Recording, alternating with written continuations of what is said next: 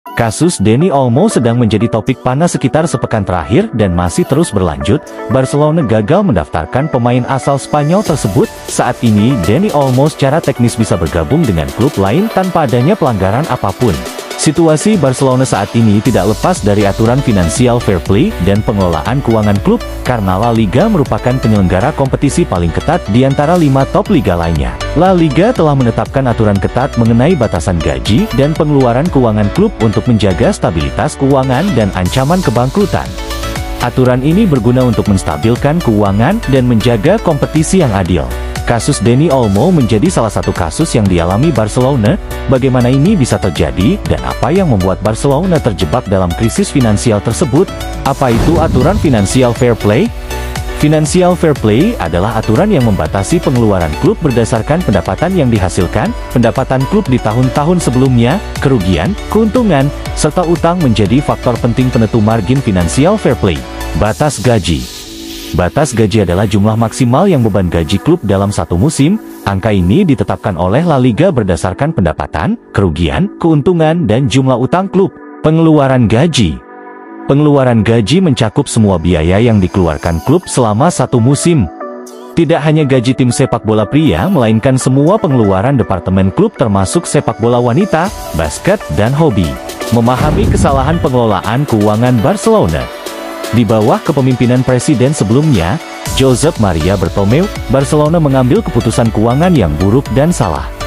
Bartomeu memberikan kontrak dengan nilai yang sangat besar kepada hampir seluruh pemain dalam skuad Barcelona. Gaji dan biaya transfer yang dikeluarkan dianggap tidak realistis dan melebihi kemampuan keuangan klub. Ironisnya, sebagian besar pemain dengan kontrak mahal tersebut gagal memenuhi ekspektasi. Hasilnya tim secara keseluruhan tampil di bawah standar. Meski saat itu Barcelona merupakan klub dengan pendapatan tertinggi di dunia. Nahas, pandemi COVID-19 membawa pukulan telak, pendapatan klub menurun, sedangkan pengeluaran tetap tinggi. Di bawah Bartomeu keuangan Barcelona di ujung jurang, Barcelona benar-benar jatuh dalam krisis finansial. Dampak kebijakan Bartomeu.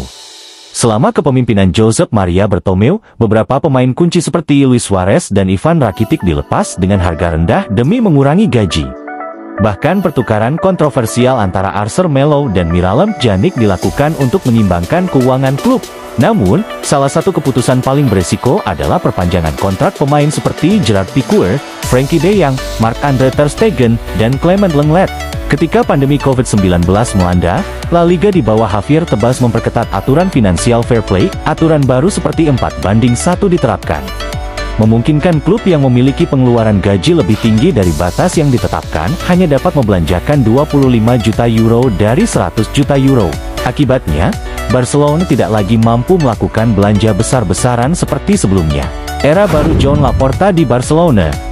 Ketika Laporta mengambil alih kursi kepresidenan, Barcelona menghadapi dilema besar, termasuk harus melepas pemain bintang mereka kala itu yakni Lionel Messi.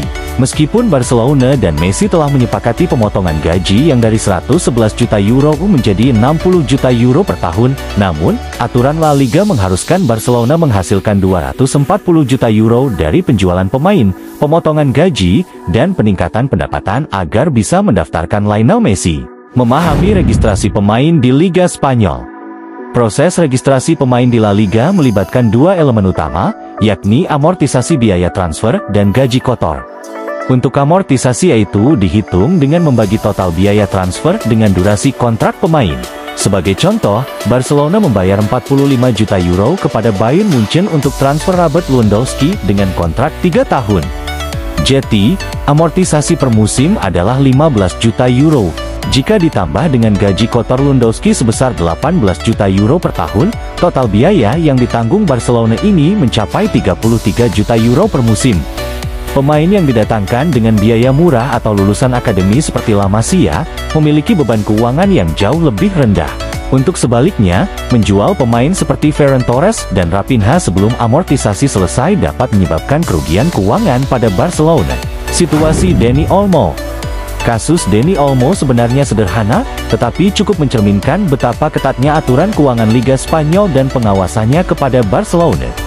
Sejak awal, sebenarnya Dani Olmo tidak memenuhi syarat untuk didaftarkan karena Barcelona telah melampaui batas gaji. Namun, cedera panjang yang dialami Andreas Christensen di awal musim memberi celah bagi Barcelona. Gaji Christensen tidak masuk dalam perhitungan aturan karena dia tidak bermain, sehingga menciptakan ruang dalam batas gaji untuk bisa mendaftarkan Dani Olmo sementara.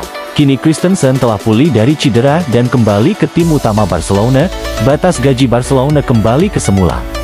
Hal ini membuat Dani Olmo secara teknis keluar dari batas ambang gaji Barcelona dan harus didaftarkan ulang. Yang harus dilakukan Barcelona adalah menjual salah satu pemainnya, tapi itu percuma karena batas pendaftaran pemain berakhir di tanggal 31 Desember 2024, sedangkan bursa transfer dibuka pada awal Januari. Barcelona sempat menempuh upaya hukum dan mereka berdalih sudah menerima uang segar dari penjualan kursi VIP. Tapi La Liga menolak mentah-mentah dan tidak bisa mengkonfirmasi sumber dananya sudah masuk apa belum. Keputusan untuk tidak memasukkan Dani Olmo diambil oleh Badan Validasi Anggaran La Liga dan telah dikonfirmasi 3 kali. Termasuk oleh Komite Finansial Fair Play La Liga, Komite Banding Sosial La Liga, dan Komite Lisensi UEFA. Kepastian nasib Dani Olmo di Barcelona membuat banyak klub ingin memakai jasa pemain asal Spanyol tersebut seperti Manchester City, Arsenal, Chelsea, dan Liverpool. Berikut pernyataan Dani Olmo lewat agennya, Andi Bara.